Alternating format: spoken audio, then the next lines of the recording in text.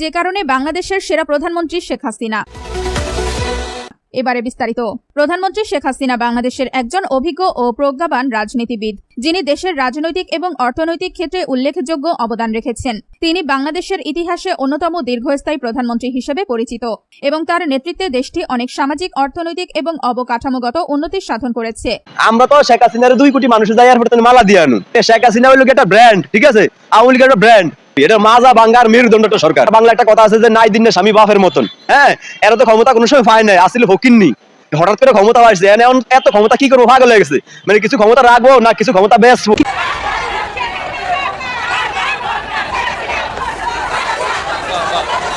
সম্মানিত দর্শক মন্ডলী, বাংলাদেশের অন্তর্বর্তীকালীন সরকারের প্রধান উপদেষ্টা ডক্টর মোহাম্মদ ইউনূস, যিনি ইতিমধ্যে চীন সফরে রয়েছেন, তার একমাত্র লক্ষ্য হলো বিশ্বের বড় বড় বাঘা বাঘা নেতাদের সাথে বৈঠকের মাধ্যমে বাংলাদেশকে একটি সমৃদ্ধশীল এবং একটি উন্নতশীল রাষ্ট্রে পরিণত করা। এবং সে লক্ষ্যেই তিনি অক্লান্ত পরিশ্রম ও চেষ্টা সাধনায় রত রয়েছেন। কিন্তু এই স্রোতের বিপরীতে গিয়ে তার বিরুদ্ধে এক শ্রেণীর পাঁচচাটা আওয়ামী লীগের দোসররা নিন্দাবাদ চালিয়ে যাচ্ছে। ফাঁকা মাঠে তারা বলি আওড়াচ্ছে শেখ হাসিনার সরকারই নাকি ভালো ছিল, শেখ হাসিনার সরকারই নাকি সেরা সরকার। মূলত তারা কি চাচ্ছে আর এই সংক্রান্ত রাজনৈতিক অঙ্গনের বিভিন্ন প্রকার আপডেট নিউজ নিয়ে আজকের এই ভিডিওতে থাকছে বিস্তারিত প্রতিবেদন। তাই আজকের এই ভিডিওটি সব মিলিয়ে অত্যন্ত গুরুত্বপূর্ণ হতে যাচ্ছে।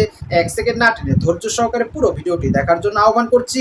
আর একটি ছোট্ট রিকোয়েস্ট করছি, তা হলো যদি আপনি আমাদের এই চ্যানেলে নতুন দর্শক হয়ে থাকেন, অবশ্যই আমাদের এই চ্যানেলটি সাবস্ক্রাইব করে একটি লাইক দিয়ে পাশে থাকা বেল বাটনটি অন করে দিবেন। তাই আর কথা নয়, চলুন সরাসরি আমরা ভিডিওতে চলে যাই। ডক্টর ইউনূস যে ক্ষমতায় আরোহণ করেছেন এবং ক্ষমতায় আছেন, সেটা জঙ্গি মৌলবাদী গোষ্ঠীর সহায়তায় আছেন। সেই ক্ষমতা অবৈধ এবং সেই ক্ষমতা বেশি দিন টিকবে না। খুব দ্রুতই শেখ হাসিনাকে ফিরিয়ে এনে তাকে প্রধানমন্ত্রী হিসেবে আবার আগের জায়গায় প্রতিষ্ঠিত করা হবে এবং শেখ হাসিনাকে ফিরিয়ে আনা হবে। ডক্টর মোহাম্মদ ইউনূস তিনি যখন চীন সফর থেকে বাংলাদেশে ফিরে আসবেন, তখন তার মুখে ওই যাওয়ার বেলার হাসিটা থাকবে না, না মাথা দুশ্চিন্তা মুক্ত থাকবে। কারণ এরই মধ্যে আওয়ামী লীগ এবং ভারত একটা বড় খেলা খেলে দিয়েছে।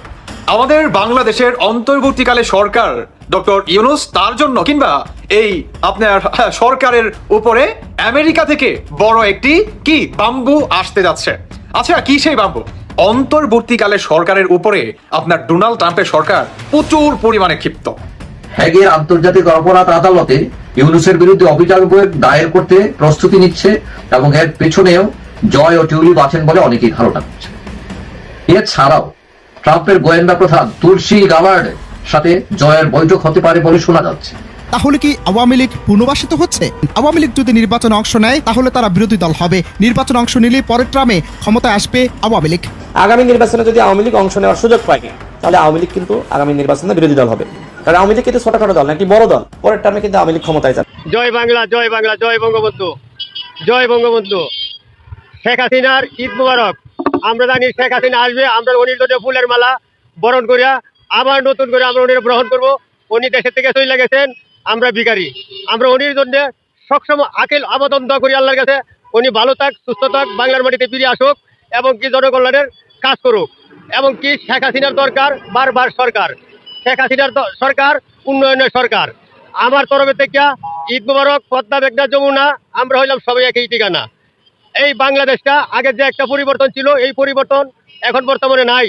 এখন দেশটা অনেক মনে করেন অগ্রাহ্য হয়ে গেছে। আমি জানি ঢাকা শহর আছে 42 বছর যাবত আমি রিক্সা চালাইছি, 5 তলার উপরে কোনো বিল্ডিং নাই। খালি এই সরকারি বিল্ডিংটা ছিল, রাজস্ব বিল্ডিংটা, আর ছিল মতিঝিল জহুর ইসলামের বিল্ডিংটা।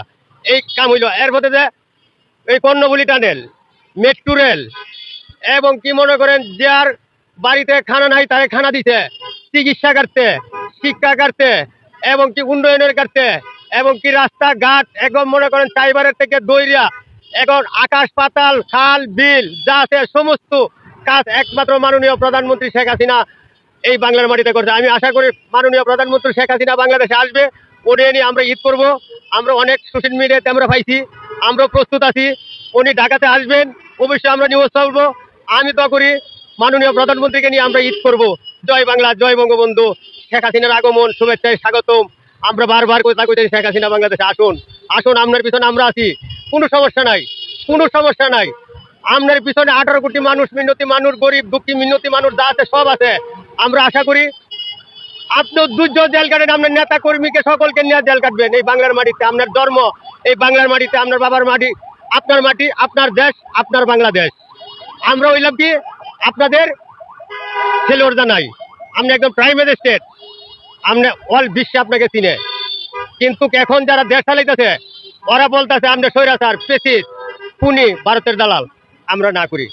এই যে দেখেন ওখানে যারা বর্তমান উপদেষ্টারা আছে তারা কি ছিল, কে থেকে কি হইলো, 6-7 মাসের দেশটা কোন জায়গায় নিল। আগে বৃদ্ধ ভাতা দিছে এবং কি বলে মুক্তিযোদ্ধা ভাতা, প্রতিবন্ধী ভাতা, বেবাক যার জায়গা নাই তারা জায়গা দিছে, যার বাড়ি নাই বাড়ি দিছে, কাল বিল কাল ফাট অনেক কিছু কাজ কাম করছে আমরা দেখছি। কি অপরাধটা কি করেছি? বড় অপরাধের শুরু আছে শেষ নাই। পৃথিবীর সৃষ্টি হওয়ার পর থেকে পৃথিবীতে যত অপরাধ সংঘটিত হয়েছে সব অপরাধ তো, সব অপরাধের পিছনে তুই। বিদেশে থেকে, চীনে থেকে প্রফেসর ডক্টর মোহাম্মদ ইউনূস জাতিকে, জনগণকে স্বস্তির সুখবর দিলেন। খুবই জরুরি, তাৎপর্যপূর্ণ সুখবর। আপনি চিন্তা করছেন যে কোথায় যাচ্ছে বাংলাদেশ? বাংলাদেশ সত্যি বদলে যাচ্ছে।